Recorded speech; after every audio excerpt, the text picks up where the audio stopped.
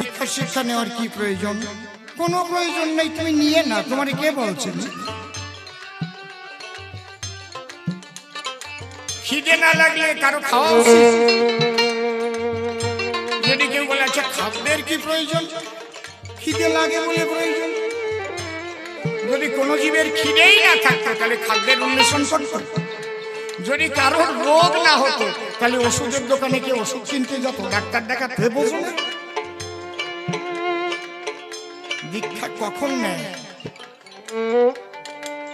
যখন খিদে লাগে। কিসের খিদে? আধ্যাত্মিক খিদে। খিদে দুই প্রকারের, একটা জাগতিক আর একটা আধ্যাত্মিক। আধ্যাত্মিক খিদেটা কি? আধ্যাত্মিক জগতে না আসে কিন্তু দেখা যায় না। যেমন মন, তোমার মন বিশুদ্ধ করো, মন কেউ দেখাতে পারে? পৃথিবীর এমন কোন মেডিকেল সায়েন্স আছে যে মন কেটে বের করে দেখিয়ে দেবে এই যে তোমার মন? ষড়রিপুকে দমন করো। কি কি? কাম, ক্রোধ, লোভ, মোহ, মদ, মাৎসর্য। পৃথিবীতে এমন মেডিকেল সায়েন্স তৈরি হয়েছে 6টা রিপু কেটে বের করে দেখাতে পারে। আধ্যাত্মিক সেটা হচ্ছে আসে কিন্তু দেখা যায় না। বুঝতে পারছেন? আসে, তুমি অস্বীকার করতে পারবে না যে তোমার কাম নাই। কিন্তু কোথায় কাম? কতটুকু কাম? ওজন কত? কয় ফুট লম্বা? কমানো যায় কিনা? পারবে না। কাম যখন জাগ্রত হবে মানুষকে পশুতে পরিণত করে দেবে। এত পাওয়ারফুল। ক্রোধ আছে কিন্তু বের করে দেখা যায় না। ক্রোধাৎ ভবতি সম্মোহ, সম্মোহাৎ স্মৃতিভ্রম, স্মৃতিভ্রংশাৎ বুদ্ধিনাশ, বুদ্ধিনাশাৎ প্রণাশ। ক্রোধের দ্বারাই মানুষ শেষ হয়ে যেতে পারে। এমন জিনিস লোভ। যদি ডাক্তারের কাছে গিয়ে বলে ফিজিতে আমার এই লোভের জন্যই আমার এত দুর্নীতি, আপনি আমার একটু কাজ করে দেন না, একটু এটাকে অপারেশন করে লোভটাকে একটু কেটে সেটে বের করে দেন, পারবে ডাক্তার?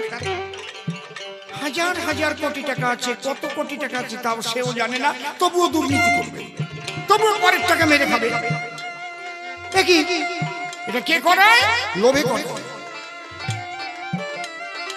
এইগুলোকে কন্ট্রোল যদি করতে চাও তার পদ্ধতি গুরুর কাছে আছে। গুরুর দীক্ষা দিয়ে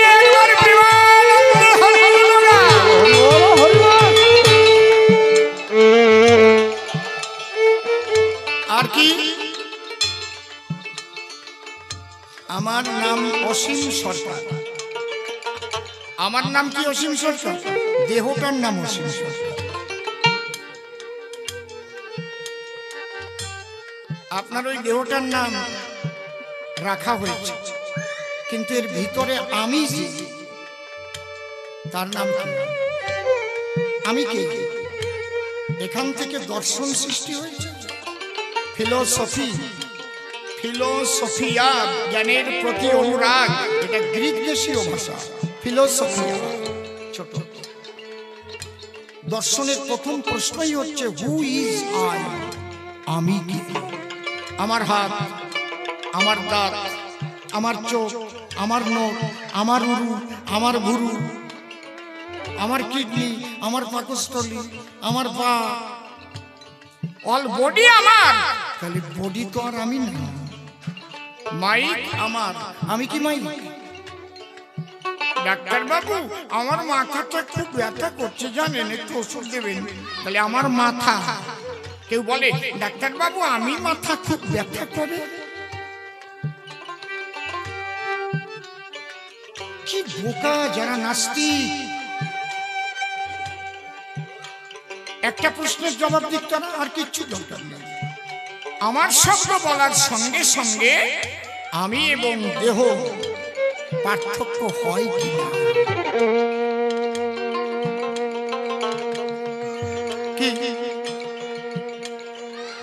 তাহলে দেহ আর আমি আলাদা, সেই আমি কি? যদি আমাকে আমি না চিনি রে ভাই, তার চাইতে দুঃখে আর কিছু না। সনাতন গোস্বামীর সঙ্গে কাশীতে মহাপ্রভুর দেখা হলো। কি প্রশ্ন করেছিল প্রথম দেখার সঙ্গে সঙ্গে? অনেক প্রশ্ন করতে পারত, তিনটে প্রশ্ন করেছিল। সনাতন শিক্ষা পড়ে দেখবেন, সনাতন ধর্মের প্রত্যেক ধর্মের মানুষের একটা দোষ হচ্ছে নিজেদের শাস্ত্র নিজেরা পড়ে না। ওই এক ধরনের মানুষ যা বলে তাই নেই, ভুল হলেও তাই, কারণ ওর তো চোখ দিয়ে দেখে নাই। আর আগে তো লেখাপড়া শেখার অধিকারী ছিল না 85% মানুষের, যা বলতো সেটাই ঠিক। এই জন্য যে সমাজ যত অশিক্ষিত তারা হচ্ছে তত মূর্খ। শিক্ষিত হতে বলছে কেন? কষ্ট করে ভিক্ষা করে হলেও সন্তানদের অন্তত শিক্ষিত করবেন। প্রত্যেক ঘরে, কোন ঘরে যেন সন্তান অশিক্ষিত না থাকে। তাহলে আমি কি বলছি যাচাই করে নিতে পারবে ঘরে নিয়ে, যে সনাতন গোস্বামী দেখি সনাতন শিক্ষা সূচিপত্রটা বলেছে, কে আমি, কেন আমায় যারে তাপত্রয়, ইহা না জানিলে জীবের কইসে হিত হয়। ঠিক এই দুটো লাইন লেখা। মহাপ্রভু কি বললেন? জীব নিত্য কৃষ্ণ দাস, ইহা ভুলি গেলা, অতএব মায়া পিশাচি গলেতে বান্ধিলা। কৃষ্ণ সূর্য সম মায়া অন্ধকার, যথা কৃষ্ণ তথা নাহি মায়ার অধিকার। হরি হরি বলো, হরি হরি বলো।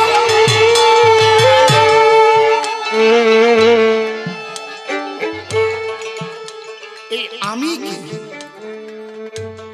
আমাকে জানতে গেলে তোমাকে সদ্গুরুর আশ্রয় নিতে হবে। বাইবেলেও বলেছে নো দাইসেলফ, নিজেকে জানো। হাদিসে বলেছে ওরে মিন মোমেনিন আরশ আল্লাহে তাআলা।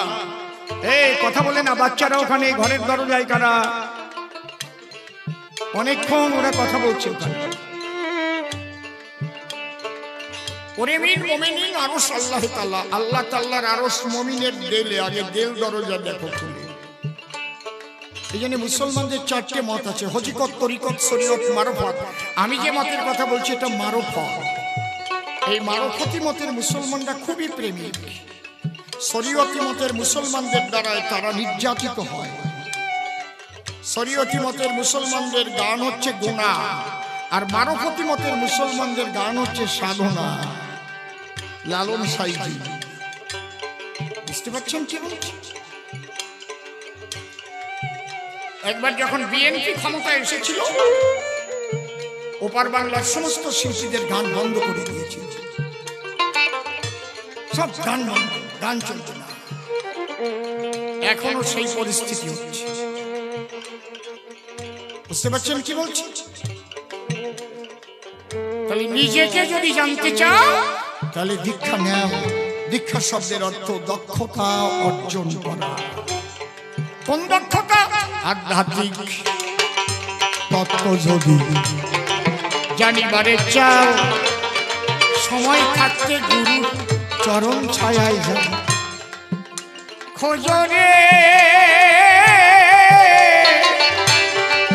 বোঝরে মনা কোন ঘরে, মানুষ কুঞ্জনা, মানুষ কুঞ্জনা। এই যে হাড়ে মানুষে জোড়া দেওয়া, এই যে হাড়ে মানুষে,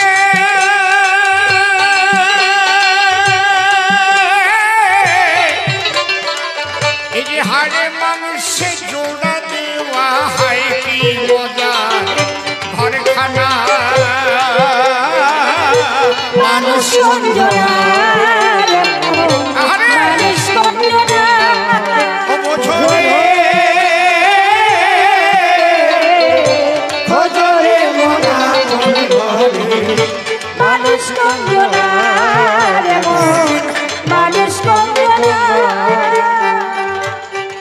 নীরব হয়ে থাকবে ঘর, সে না থাকলে ঘরের ভিতর একদিনও তার সন্ধান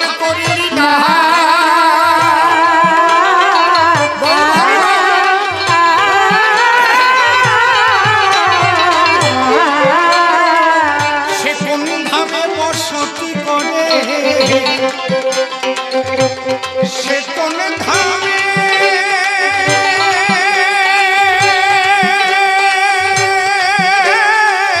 গিঠারে কোন ধামে বসতি করে দয়াল গুরুর কৃপায় যায় জানা মানুষ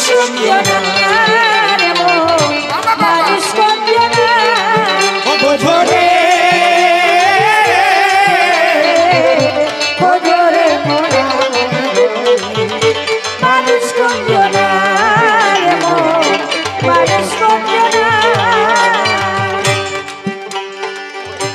সেই মানুষ ধরা মানুষ হলে তার হুকুমে মানুষ চলে। শ্রী ঠাকুর রামকৃষ্ণ তার হুকুমে মানুষ চলছে। নরেন্দ্র দত্ত তার হুকুম নিয়ে কাজ করে বিবেকানন্দ হয়েছে।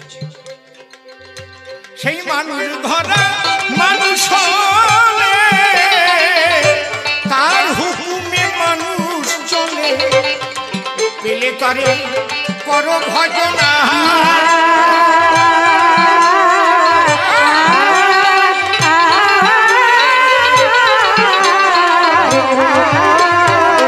গোসাই অমূল্য শুধু পরকে বুঝায়।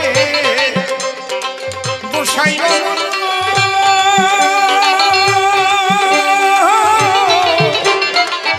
অমূল্য শুধু পরকে বুঝায়। সে নিজে কিছু বুঝল না মানুষ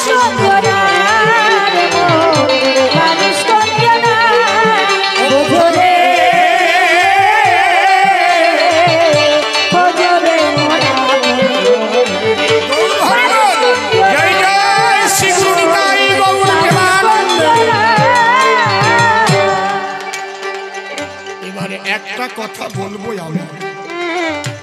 সভ্য সবাস্থান এই হরিবাসর এবারে কিন্তু নূতন অনুষ্ঠান। এবার থেকে আরম্ভ হলো,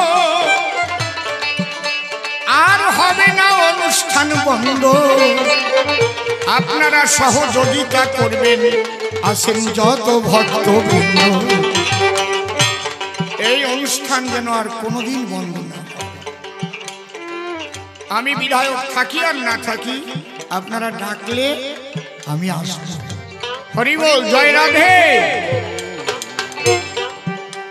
এইবার একটা কথা বলছি, খুব কষ্ট করে অনুষ্ঠানের আয়োজন করেছেন। আমি কিন্তু টাকার জন্য গান গাইতে আসিনি, এখানে কোনো বায়নার গান না, কিন্তু আমার এটা ভালোবাসার গান। আমাকে নিমন্ত্রণ করতে গিয়েছিলেন কাশীবাবু, আপনি একটু একদিন যাবেন, আমরা এবার নূতন এটার আয়োজন করছি। তখন আমি দেখলাম এই দিনটা আমার ফাঁকা আছে। এই দিন তো ফাঁকাই ছিল, কিন্তু আগে যে বায়না নেওয়া সেটা তো লেখা হয় নাই, মাথাটা গোলাই গেছে আর কি। আমি বললাম ঠিক আছে, নিমন্ত্রণ যখন করলেন আমি দল নিয়ে যেয়ে কবি গানি গাই দিয়ে আসবো, আপনার টাকা দিতে হবে না। উনি তো প্রথম একদম চটকা লেগে গেল না, কবি গানের টাকা পয়সা আপনি এত চিন্তা করছেন কেন? আমি যাবো বলছি, কারণ আমি এখন চাইছি, আমার বয়সও শেষ হয়ে আসছে, 65-66 বছর বয়স হয়ে গেল। কলিযুগে আর কয়েকদিন বাঁচবো তা বলা যায় না। সনাতন ধর্মটাকে টিকিয়ে রাখতে হবে, সনাতন ধর্মীদের ঐক্যবদ্ধ করতে হবে। যত পারেন সনাতন ধর্মীয় অনুষ্ঠান আপনারা আয়োজন করেন, এটা হচ্ছে আমার বক্তব্য। ঘুমায় থাকার দিন কিন্তু আর নাই, জেগে উঠুন আপনারা। না জাগলে চিরকালের জন্ম পরবর্তী প্রজন্ম ঘুমিয়ে যাবে, আর কেউ জাগাতে পারবে না। হরি বল। পরিষ্কার পরিচ্ছন্ন কথা একদম। আমি আমার ধর্ম রক্ষার কথা বলছি। আমি বলছি না যে তুমি সনাতন ধর্ম গ্রহণ করো, সনাতন ধর্ম গ্রহণ না করলে সে দুর্ভাগা, দাওয়াত দিচ্ছি, এসব কিছু না। এত কথা বলা লাগতো নাই, কোনোদিন তো বলি নাই। এত কথা বলছি সেই জন্যই যে বাংলায় এখন ইসলাম ধর্ম দেবার জন্য দাওয়াত দিচ্ছে এবং বলছে যে ইসলাম নিয়ে যারা জন্মগ্রহণ না করছে তারা দুর্ভাগা। এত বড় সাহস কি করে হয়? এই জন্য বলছি সনাতনীরা ঐক্যবদ্ধ হও। এখন এখানে যদি বাঁচতে চাও ঐক্যবদ্ধ হও। এটা আমার ধর্ম রক্ষা করার কথা, কোনো রাজনৈতিক কথা না। এ কথা আমি বলতে পারি একজন সনাতনী হিসেবে। যদি একজন মুসলমান হিসেবে সে বলতে পারে যে একজনকে দাওয়াত দিয়েও মুসলমান করতে পারলে আল্লাহ তাআলার দোয়া পাবা, আমরা তা বলবো না যে তোমরা কেউ সনাতন ধর্ম গ্রহণ করো, বলবো না। আমরা বলবো যার যার ধর্ম শেষে করবে, কিন্তু আমাদের সনাতন ধর্মকে রক্ষার জন্য ঐক্যবদ্ধ হতে হবে। হরি বল, নিতাই গৌর হরি বল, হরি বল। সেই